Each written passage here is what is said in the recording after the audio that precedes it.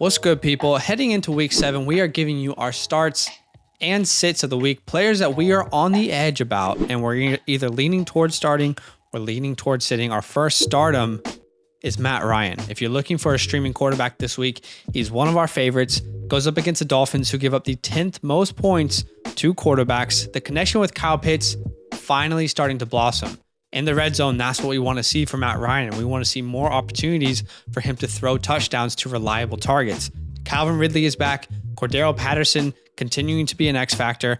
Xavier Howard and Byron Jones, the two all-star cornerbacks for the Dolphins, have been dealing with injuries. And if they play this game, they will not be 100%. With Tua back, this offense looks better in Miami. We're hoping that they'll be able to score, which means that the Falcons are going to have to score themselves. Our second starter this week is Damien Harris. The Jets give up the second most points to the running back position, and Damien Harris has been getting the workload. Last week versus the Cowboys, he got 19 total touches. We expect that to continue. He's been dealing with a bunch of injuries. He's finally off the injury report altogether, and we believe that the game script should be friendly for Damien Harris.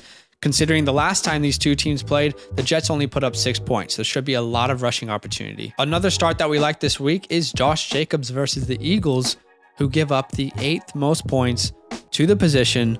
Josh Jacobs, since coming back from that injury, has been getting the workload.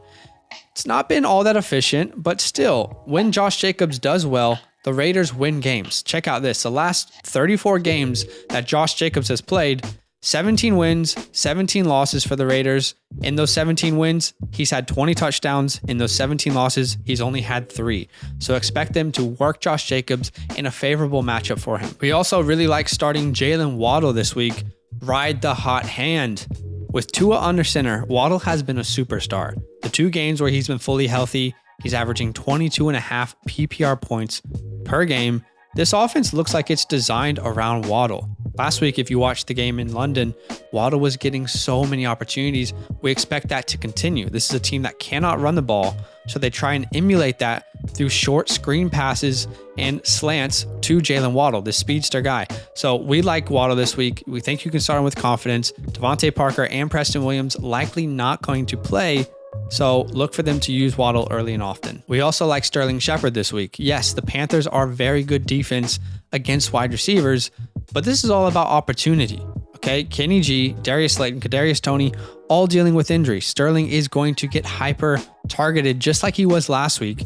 With 14 targets, we could see another 14 targets his way, and opportunity is king. At the tight end position, we like Zach Ertz. His first game with his brand new team, surely they're going to find ways to involve him within this offense. He plays Houston, who gives up the fourth most points, to the tight end position. There should be plenty of scoring to go around, so we like Zach Ertz this week. We're now going to give you a couple sits that we would prefer not to play.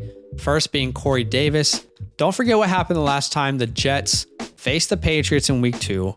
He could only manage 2.8 PPR points versus that Bill Belichick defense. Expect Bill to have it on lockdown again versus a rookie in Zach Wilson. It's a player that we would like to look at other options instead of Corey Davis. Same with Henry Ruggs. Look, you might have to play Ruggs because it's the apocalypse. I mean, there's not many options, but the Eagles give up the 6th fewest points to wide receivers. Henry Ruggs is not a target monster. He only got 4 targets last week. One of them was for a long bomb touchdown, but what if he doesn't get that? He might be covered by Darius Slay the entire afternoon. So while there may not be a better option for you, we would prefer to pivot away from Ruggs. So let us know, what do you think about these starts and sits this week?